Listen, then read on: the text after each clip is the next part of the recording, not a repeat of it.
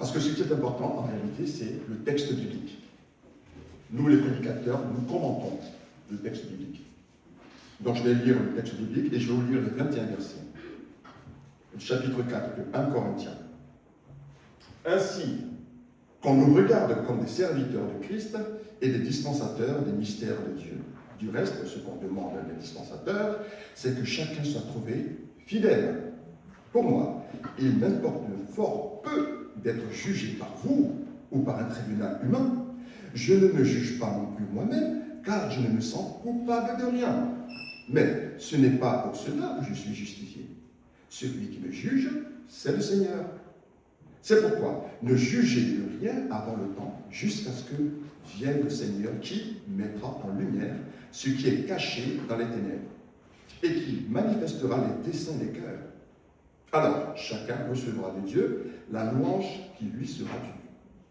C'est à cause de vous, frères, que j'ai fait de ces choses une application à ma personne et à celle d'Apollos, afin que vous appreniez en nos personnes à ne pas aller au-delà de ce qui est écrit, et que nul de vous ne conçoive de l'orgueil en faveur de l'un contre l'autre. Car, qui est-ce qui te distingue? Qu'as-tu que tu n'aies reçu? Et si tu l'as reçu, pourquoi tu te glorifies comme si tu ne l'avais pas reçu? Déjà vous êtes rassasiés, déjà vous êtes riches. Sans nous, vous avez commencé à régner. Et puissiez-vous régner en effet, afin que nous aussi, nous régnions avec vous. Car Dieu, ce me semble, a fait de nous apôtres, les derniers des hommes, des condamnés à mort, en quelque sorte, puisque nous avons été en spectacle au monde, aux anges et aux hommes. Verset 10. Nous sommes fous à cause de vous, à cause de Christ, mais vous, vous êtes sages en Christ. Nous sommes faibles, mais vous êtes forts. Vous êtes honorés, et nous sommes méprisés. Jusqu'à cette heure, nous souffrons la faim, la soif, la nudité. Nous sommes maltraités, errants ça et là.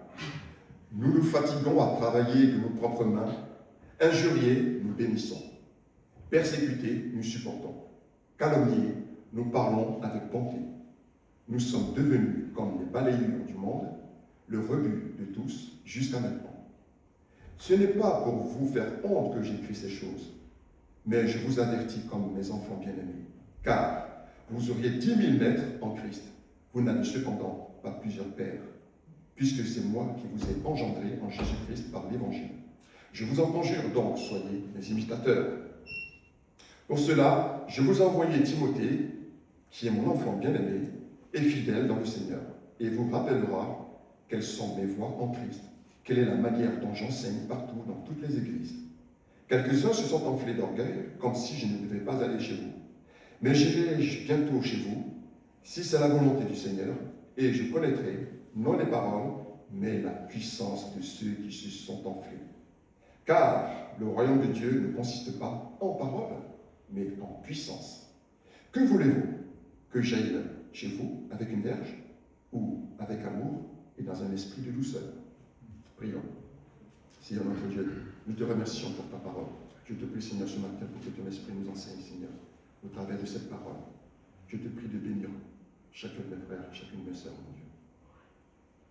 Gloire à ton Seigneur, au nom de Jésus. Amen. Amen.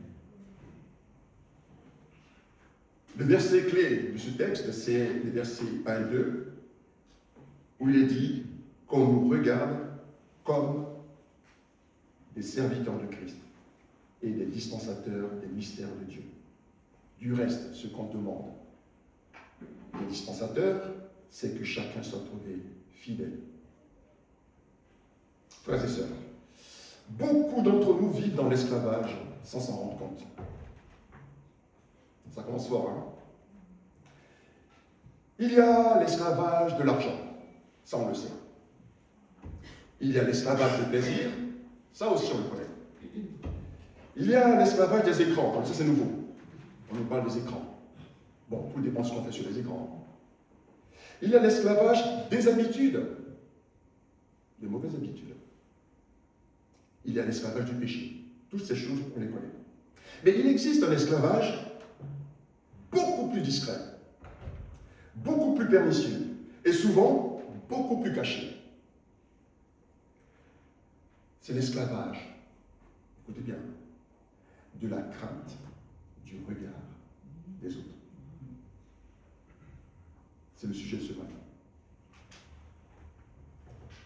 Ceci est tellement vrai que beaucoup de personnes n'osent même plus parler librement parce qu'ils ont peur du regard des autres.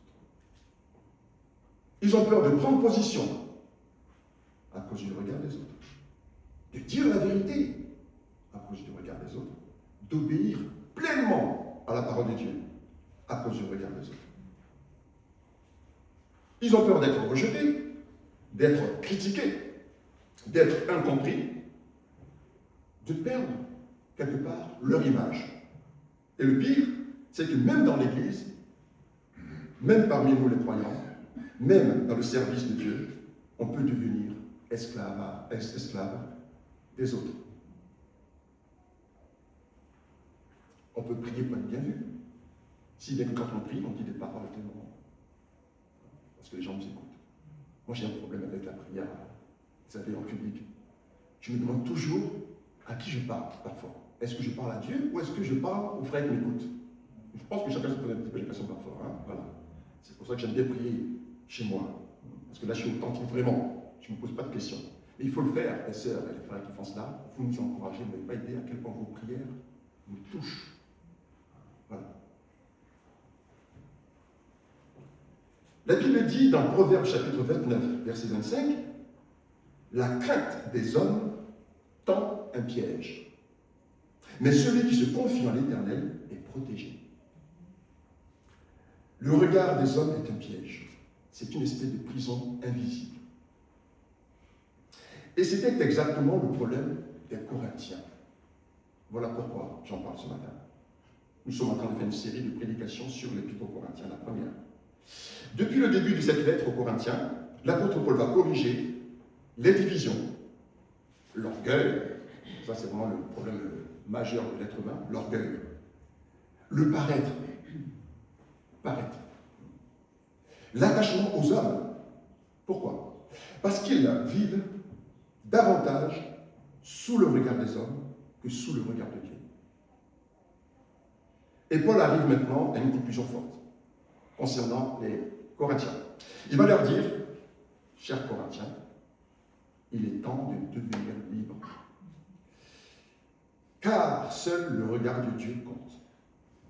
Alors, le titre de ce message est « Seul son regard compte ». Alors, frères et sœurs, ce matin, le Seigneur nous encourage, nous enjoint même de nous libérer du regard, de la crainte du regard des autres. Alors, dans ce texte du chapitre 4, Paul va nous révéler 3 chemins libérateurs. 3 chemins libérateurs. Le premier chemin libérateur, pour nous détacher de la peur du regard des autres, est de rechercher l'approbation de Dieu. Dans tout ce qu'on fait, je dois rechercher la validation de Dieu.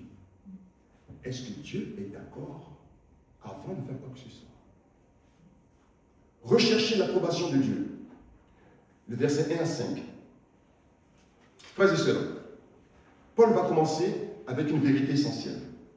Qu'on nous regarde, dit-il, comme des serviteurs de Christ. Paul est en train de dire que nous appartenons à Christ. Nous n'appartenons pas aux hommes, pas à l'opinion publique, pas à ce que les autres pensent, pas aux applaudissements, pas même à la haine. Paul ajoute ce qu'on demande des dispensateurs, et ça on le verra un peu plus tard en détail, c'est que chacun soit trouvé fidèle.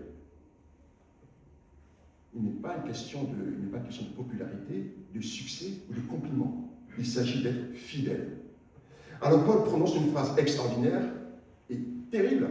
Il dit « Il m'importe fort peu d'être jugé par vous ». Alors là, on sent, on voit que l'apôtre Paul est un homme libre. Parce que celui qui vit par rapport au regard des autres est un esclave. Ça, ce matin, il faut véritablement s'en rendre compte. Pourquoi? Parce que les hommes regardent l'extérieur. Dieu regarde ton cœur. Il sait exactement ce qu'il y a dans ton cœur.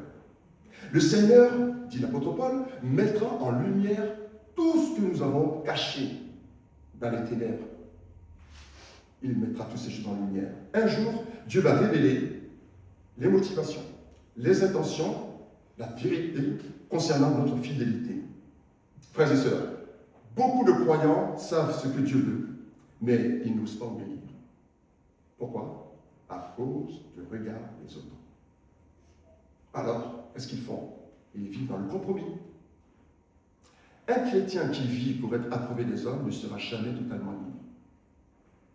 Jamais. Il sera toujours contrôlé par la réaction des autres. Alors, j'ai sélectionné quelques cas. Par exemple, quand on n'ose pas reprendre bibliquement, une situation par peur des réactions. Dieu veut que tu le fasses, mais tu ne le fais pas. Par exemple, un responsable. Un responsable qui voit clairement qu'il y a un problème, mais il n'ose pas parler. Il sait qu'il faudrait parler, il sait qu'il faut intervenir, mais il se dit, si je parle, je sens que je vais avoir des problèmes. Alors il ne dit rien. Il ne dit rien.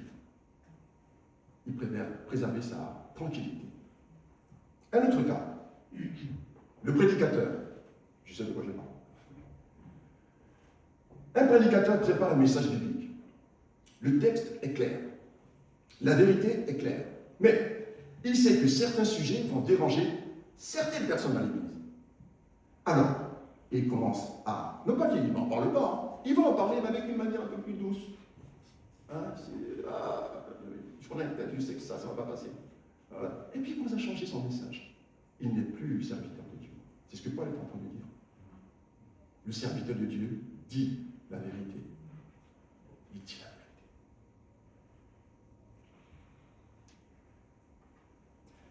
Deux personnes qui peuvent avoir des problèmes avec le regard des autres. Imaginez que vous montez un coup dans l'église. Vous êtes une bande de copains dans l'église, vous montez un coup. Et vous allez dans l'église maintenant pour faire le coup. Et en chemin, Dieu vous parle. Dieu dit ce que tu vas faire, n'est pas bon. Et vous allez aller jusqu'au bout de cette chose parce que vos copains avec qui vous avez monté le coup vous regardent. Vous êtes esclave de regard de cette personne-là. Vous aurez préféré obéir à cette personne, la crainte de leur regard, plutôt que d'écouter Dieu. Il y a aussi, quand on sert uniquement dans le but d'être remarqué. Quand on sert dans le but d'être remarqué, c'est encore une fois par rapport au regard des autres. Parce qu'on recherche la reconnaissance, les compliments, la visibilité. Parce que le regard des autres compte pour nous. Et puis il y a, alors je suis en plein dedans, les préparatifs de la cérémonie du mariage. Alors vous me dites, qu'est-ce que ça a à voir? On a envie de faire un grand mariage. Alors, on n'a pas beaucoup d'argent, mais on va prendre un grand crédit, une grosse dette, pour faire ce grand mariage auquel on a rêvé toute notre enfance. À cause de quoi? Du regard des autres. Alors je suis en plein dedans parce que mon fils va se marier dans quelques mois. Et je lui ai dit, ne fais pas cette erreur. Béatrice et moi, on n'a pas fait cette erreur. Pour vous dire, c'était tellement simple qu'il y a des gens qui se sont invités qu'on n'a pas invité. On a pu faire un truc vraiment très simple. Et les gens sont venus. Bon, ils étaient là, on fait la fête quand même, voilà, mais je n'ai pas invité les gens, voilà.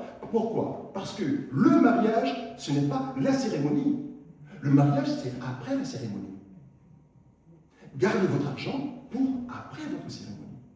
Parce que ceux à qui vous allez montrer que vous êtes extraordinaire par le mariage, par la cérémonie, eux après ils s'en vont. Et vous, vous allez rester avec vos dettes. Le regard des autres. Beaucoup sont esclaves du regard des autres. C'est terrible. Bon, après, si vous avez de l'argent, pourquoi pas? Frères et sœurs, l'apôtre Paul dit qu'on nous regarde donc comme des serviteurs du Christ et des dispensateurs du mystère de Dieu. Et là, c'est le mot dispensateur que j'ai mis, sur lequel j'attire votre attention. Le dispensateur, c'est quoi? C'est un gérant. C'est quelqu'un qui administre le bien d'autrui, le bien de son maître. Quelqu'un qui gère les biens de celui à qui ces choses appartiennent. Et Paul dit, c'est ce que nous sommes. Notre vie, nos dons, notre ministère, notre Église, ça ne nous appartient pas. Hein. Ça appartient au Seigneur Jésus. Il faut vraiment qu'on réalise que nous sommes en train d'administrer ce qui appartient à quelqu'un d'autre. Et il nous fait confiance et nous dit, vas-y, je te fais confiance, tu peux administrer. Nous avons à rendre compte uniquement au Seigneur Jésus. C'est son œuvre. Personne ne doit pouvoir vous dévier de cela. Puisque vous servez votre Dieu. Vous ne servez pas le pasteur. Hein? On sert Jésus-Christ. Chacun a sa place. Il suffit de trouver sa place. Mais chacun a sa place. Et donc, c'est au Seigneur à qui tout appartient que nous devons rendre compte. Ce qu'on demande des dispensateurs, et c'est ce que dit le texte, c'est que chacun soit trouvé fidèle. Est-ce que tu es fidèle là où Dieu t'a placé?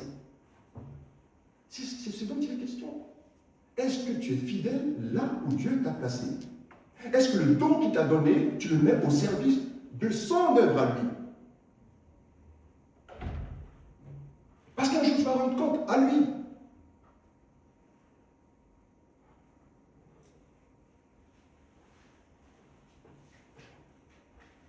Voilà pourquoi l'apôtre Paul dit, il m'importe fort peu d'être jugé par vous. Ce n'est pas de l'orgueil ici. Il n'a pas dit, je n'ai rien à faire de vous. Hein. Ce n'est pas ce qu'il est en train de dire. Il dit que mon maître, c'est le Seigneur Jésus. Et que tout ce que je fais, ce n'est pas par rapport à votre regard, ce n'est pas par rapport à ce que vous pensez, mais je le fais par rapport à lui, ce qu'il pense. Donc, c'est lui qui valide ce que je fais. Et là, celui qui est dans cet état, il est libre. Ce n'est pas un esclave. On comprend donc que la liberté, c'est quand on sert Dieu. Quand on sert Dieu selon les instructions bibliques, on devient libre. Sinon, si on fait des choses par rapport aux êtres humains, vous allez souffrir toute votre vie. Hein. Et bien sûr, nous pensons au Seigneur Jésus qui a été jusqu'au bout. Non pas ma volonté, mais la tienne. Jusqu'au bout, il a été.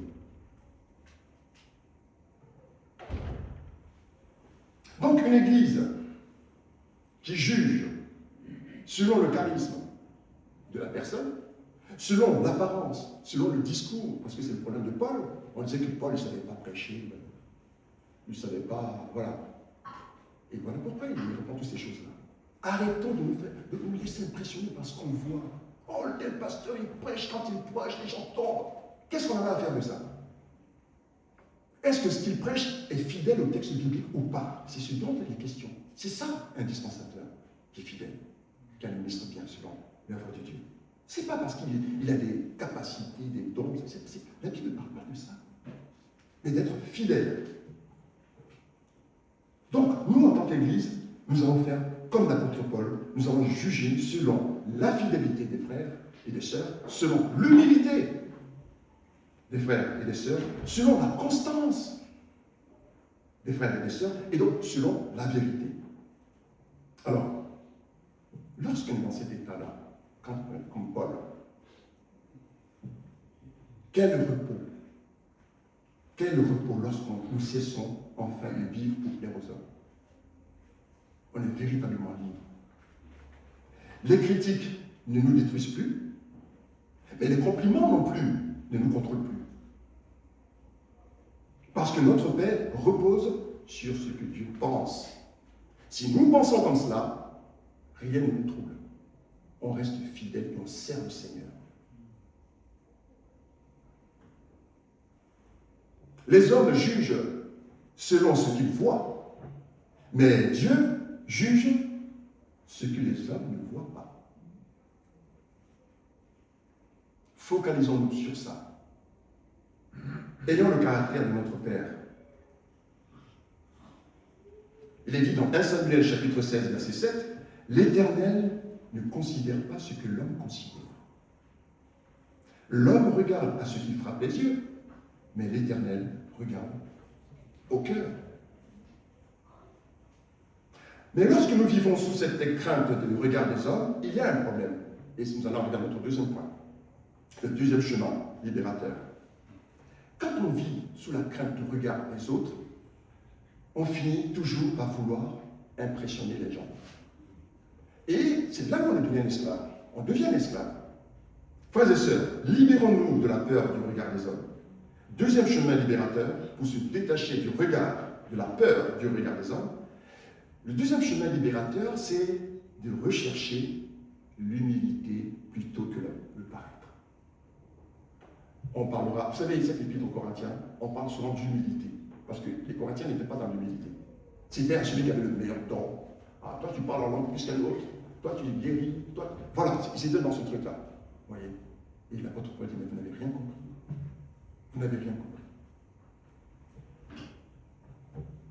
L'apôtre Paul dira, verset 6, je vais résumer du verset 6 au verset 13, il dit, l'apôtre Paul, qu'as-tu que tu n'aies reçu?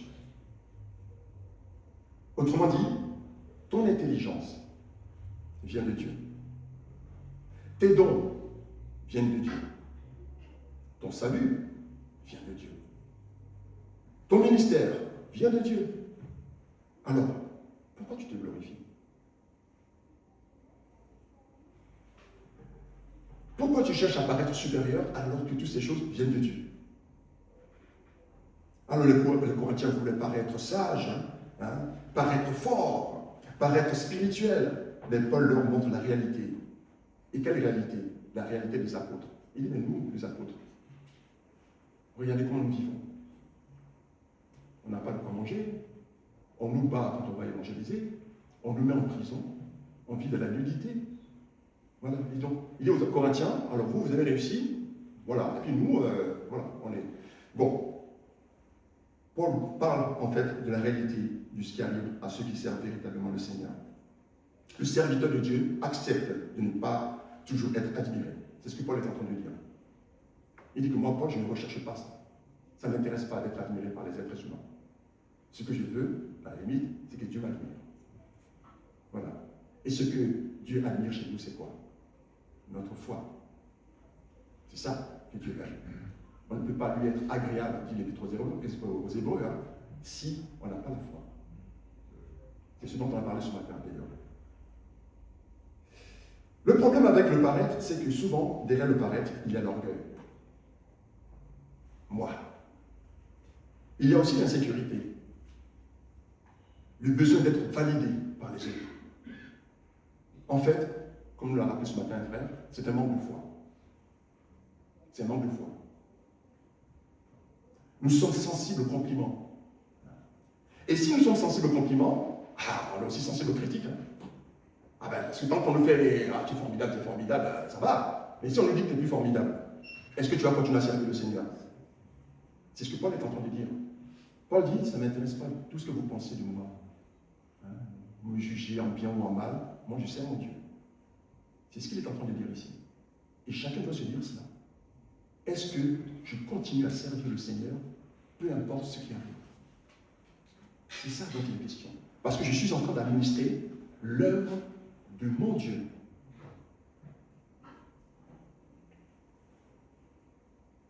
Un homme spirituel, c'est quelqu'un qui reste toujours humble. Toujours.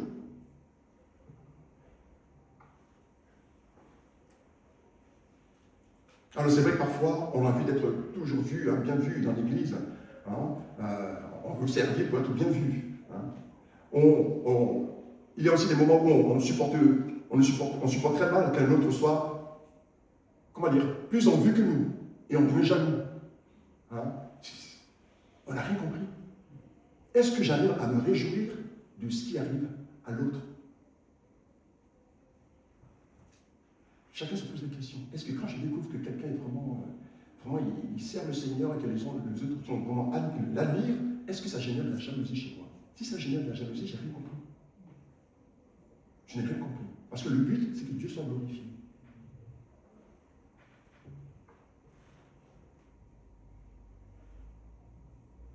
Parfois, on peut même refuser la correction. C'est aussi comme ça qu'on reconnaît les gens spirituels. Quelqu'un qui est spirituel, il recherche la correction. Est-ce que ce que j'ai dit, tu penses que c'est juste ou pas? Moi, j'entends quelqu'un comme ça, je dis waouh. Il y a des gens qui ne savent rien. Ils ne parlent pas, ils ne posent pas de questions. Pourquoi? Parce qu'ils ont peur que les gens découvrent qu'ils ne savent pas. Mais on ne sait pas, mes frères. L'humilité, c'est de reconnaître qu'on ne sait pas. Et donc Dieu nous aide, l'Esprit de Dieu nous aide à comprendre. Mais pour cela, il a mis en place la parole de Dieu et les serviteurs de Dieu. Quand je ne sais pas, eh bien je demande à celui qui a étudié la question, frère, tu as étudié ça déjà, qu'est-ce que tu en penses? Nous, les pasteurs entre nous, on s'appelle pour se demander, qu'est-ce que vous croyez? Quand je ne sais pas, moi j'appelle mes aînés. Je leur dis, mais comment tu comprends ce verset? Et ils m'expliquent. Il n'y a pas d'orgueil avec le Seigneur. Quand tu es orgueilleux, tu tombes. L'orgueil précède la chute. N'ayez pas peur de ne pas savoir. N'ayez pas peur d'être faible, parce que c'est ce que nous sommes. Ou alors, parfois, on essaie de montrer aux autres qu'on est tellement spirituel. Vous savez, ces gens avec qui vous parlez, ils vous parlent tout le temps de la Bible. Alors c'est formidable, bien sûr, mais on peut parler d'autre chose quand même, c'est pas grave. Parce qu'ils veulent tellement montrer qu'ils sont spirituels. Vous voyez? Par contre, quand ils sont chez eux, c'est autre chose.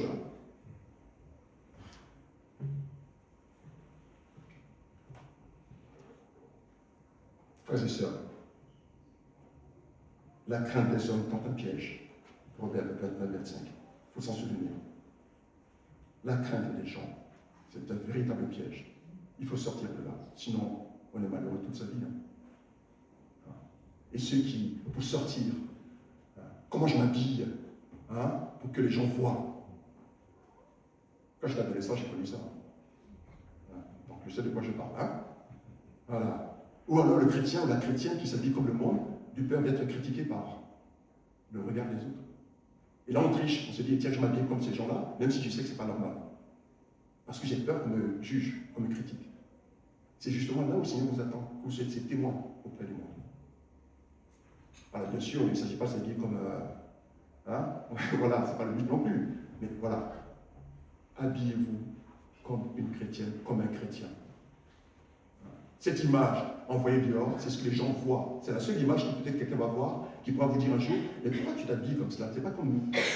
Et voilà, une possibilité d'annoncer l'évangile. Mais si je suis comme eux, à quel moment il vient vers moi pour savoir, pour me poser des questions sur l'évangile? À aucun moment. La crainte des autres, le regard des autres.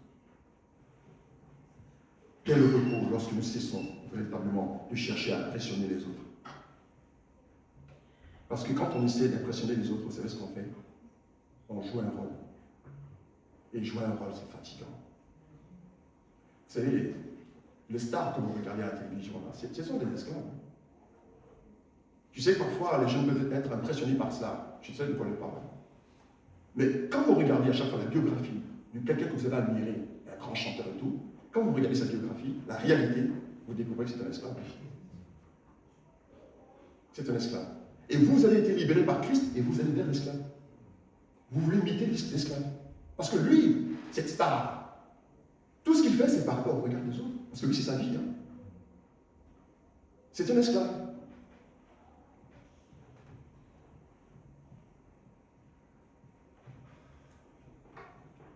Le paraître est véritablement très dangereux. Le paraître a un problème, c'est qu'il génère une chose terrible. Il génère un christianisme superficiel. Et nous arrivons à notre troisième point. Le troisième chemin libérateur pour nous libérer, pour nous détacher de la peur du regard des autres. Ce troisième chemin est de rechercher une vie réellement transformée. Une vie réellement transformée. Paul termine ce chapitre comme un père spirituel. Il dit, je vous écris non pour vous faire honte. Il dit, en plus, ce n'est pas de vous humilier, c'est pas ça. Mais pour vous avertir.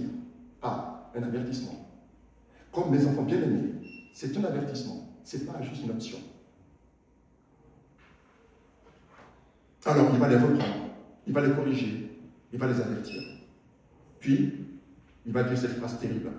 Le royaume de Dieu ne consiste pas en parole, je l'ai dit seulement, mais en tout cas, il dit en parole, mais en puissance. Le royaume de Dieu ne consiste pas en parole, mais en puissance. Les Corinthiens avaient les discours. Ils savaient parler. Ils aimaient ça. Ils avaient les apparences spirituelles. Mais Paul leur demande une chose. Ce que vous enseignez, ce que vous dites, est-ce que ça a une influence sur vous? Est-ce que vous avez été transformé? Est-ce que la parole de Dieu agit sur vous? C'est bien d'en parler, mais est-ce que ça agit sur vous? Où est votre sainteté, Corinthiens? Où est la véritable puissance de Dieu dans votre vie? Alors on peut parler comme un chrétien, chanter comme un chrétien, publier comme un chrétien, paraître chrétien, sans être réellement transformé. Le vrai christianisme se voit dans nos réactions. Quand quelqu'un vous dit quelque chose que vous n'aimez pas, comment vous réagissez? C'est là où on voit réellement ce que vous êtes. La transformation dont il est question. C'est dans notre réaction. J'ai entendu quelque chose. Qu'est-ce qu'il a dit? Il n'y a pas de transformation là. C'est ça la puissance de Dieu. Si c'est vous énerver comme les gens dans le monde, en quoi est-ce qu'on est différent? On est pareil. L'obéissance. Oh là là, l'obéissance. Oh là là. Moi, je vais obéir à lui là. Vous vous rendez compte que le Seigneur Jésus-Christ a obéi jusqu'à la croix. On parle de celui qui nous a sauvés là. Mais nous, on a du mal à obéir. On ne supporte pas obéir. On obéit aux gens qu'on aime bien. Si je l'aime bien, oui. L'obéissance est très révélateur de notre foi en Christ. Et puis il y a bien sûr ce qui revient régulièrement, l'humilité, parce que c'est lié à toutes ces choses-là. L'humilité. Et bien sûr la sainteté. On dit qu'un enfant peut apprendre des expressions de son père. C'est vrai, moi j'aime bien voir ça. Parfois vous regardez un enfant et vous voyez les mêmes mimiques que son papa. Voilà, il fait les mêmes choses. Mais ce n'est pas parce qu'il a les expressions de son père que cela veut dire qu'il possède le même caractère que son père. Et beaucoup connaissent le vocabulaire chrétien, les habitudes chrétiennes, les apparences chrétiennes, sans véritablement être transformés intérieurement. Tout est dans le matin. Mais vous trompez vous-même et vous trompez les autres, mais pas Dieu. Oh, nous, ce qui nous intéresse, c'est Dieu. C'est lui qui juge, ce n'est pas les autres. Il vaut mieux être mal jugé par les êtres humains et avoir l'approbation de Dieu que l'inverse.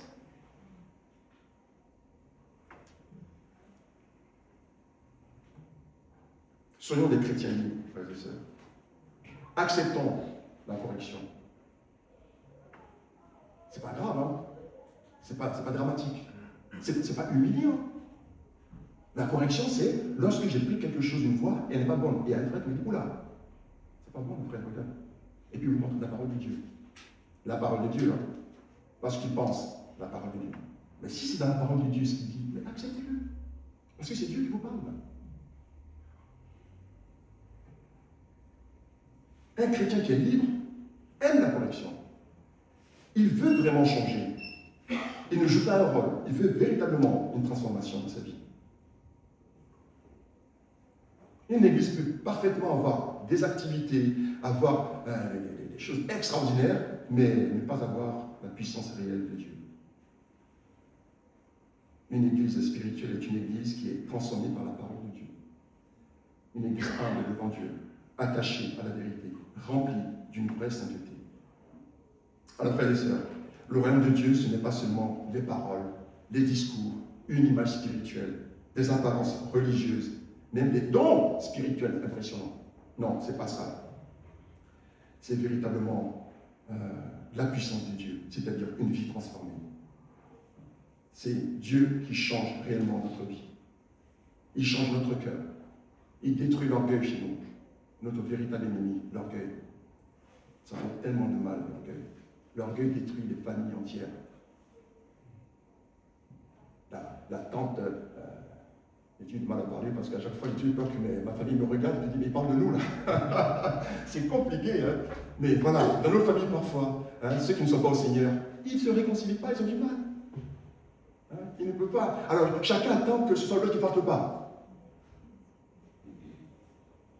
Alors je me dis, mais parfois nos églises ressemblent à ça. Hein.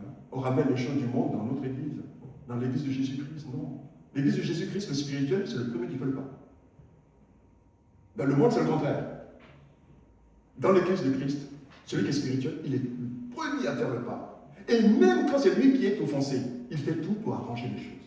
C'est un réconciliateur. Toujours.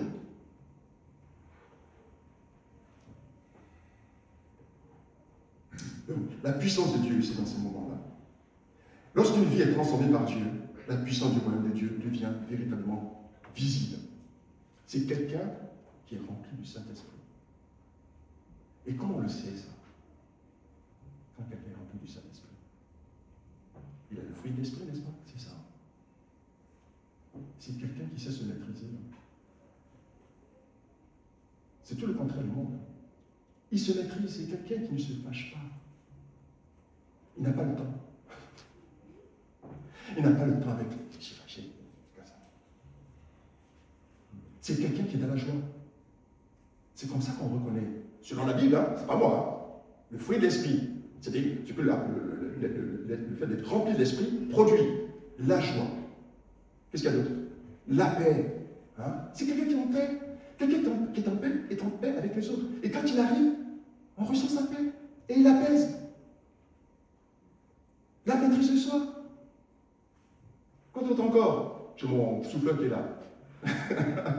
Voilà. Hein? L'amour. La patience. La fidélité. Oh là là. Fidélité. C'est. Voilà. Hein, les frères. La patience. Voilà. Donc, quand on dit que je suis rempli du Saint-Esprit, là. Oh, vous avez là. Quand on dit que je suis rempli du Saint-Esprit, c'est tout ça. Mais tu dis que tu es rempli du Saint-Esprit, tu es le plus nerveux d'entre nous. Un véritable paquet de nerfs, rempli du Saint-Esprit, comment? Tu n'as pas la paix. Tu ne produis pas la paix. Tu ne réconcilies pas les gens. C'est ça la puissance de Dieu, hein, dans la vie du chrétien. Frères et sœurs, le regard des hommes a détruit énormément de croyants. Énormément de croyants qui sont très sensibles au regard des autres. Des gens savent parfaitement ce que Dieu veut, mais ils n'osent pas obéir. Pourquoi? Parce qu'ils ont peur des réactions des autres. Ils ont peur du rejet. Ils ont peur des critiques. Romains chapitre 12, verset 2, que nous connaissons tous, qui nous parle de transformation. Hein? Je sais que tous les prédicateurs avaient ce verset en tête. Ne vous conformez pas au siècle présent, mais soyez transformés par le renouvellement de l'intelligence. Ça veut dire, désormais, commencez à voir comme Dieu voit. C'est ça que ça veut dire, pour résumer. Mais le regard des hommes étouffe. Le regard des hommes nous pousse à l'hypocrisie. Le regard produit par les hommes génère un christianisme de façade. Ça fait de nous juste des gens religieux. Alors, frères et sœurs, je vais terminer ce message en nous rappelant que nous devons absolument nous détacher de la peur du regard des autres. En recherchant uniquement l'approbation de Dieu. Est-ce que ce que je fais est validé par Dieu ou pas? C'est ça qui est important. Deuxièmement, en recherchant l'humilité plutôt que le paraître. L'humilité. Je mets l'autre au-dessus de moi. Troisièmement, en recherchant une vie réellement transformée. Est-ce que nous vivons devant Dieu ou devant les hommes? Voici la question. Devant qui vivons-nous? Parce que le regard des hommes emprisonne. Le regard des hommes fait taire quand il faut parler. Le regard des hommes pousse au compromis. Mais le regard de Dieu nous libère. Le regard de Dieu nous rend stable. Le regard de Dieu nous rend sincères et courageux. Véritablement libre. Alors, frères et sœurs, si tout le monde nous critique, mais que Dieu est satisfait, cela nous suffit. Cela nous suffit. Et vous allez voir que quand on va agir comme cela, tous ceux qui vont penser comme vous seront avec vous. Il faut choisir. Hein. On ne peut pas être sur deux chemins, c'est impossible. Soit on est avec ceux qui marchent avec le Seigneur et sont soumis au même texte biblique que nous, soit ce sont les autres. Il faut choisir, on ne peut pas plaire à tout le monde. Ce n'est pas une émission comme ça. On ne peut pas plaire à tout le monde. C'est une réalité vraiment de la vie. Il faut choisir. Nous, on veut plaire à Dieu. On veut plaire à Dieu. Alors aujourd'hui, il est temps de sortir du paraître, de l'hypocrisie, de l'esclavage du regard des autres. Décidons maintenant d'obéir au Seigneur. Recherchons son approbation dans tout ce que nous faisons. Ayons cette vie qui a été réellement transformée. Galates chapitre 1, verset 10, n'est-ce pas? Je pense que ça nous fait aussi penser à ce verset-là. Galates chapitre 1, verset 10, et maintenant, est-ce la faveur des hommes que je désire? Il faut savoir, hein, ou celle de Dieu. Est-ce que je cherche à plaire aux hommes? Si je plaisais encore aux hommes, je ne serais pas serviteur de Christ. Il y a un choix à faire. Le psaume 118, verset 6, que j'aime beaucoup. L'Éternel est pour moi, je ne craindrai rien. Que peuvent me faire des hommes? Le jour où nous cherchons davantage l'approbation de Dieu plutôt que celle des hommes, nous devenons enfin libres. C'est ça dont il est question. Frères et sœurs, libérons-nous du regard des hommes. Amen.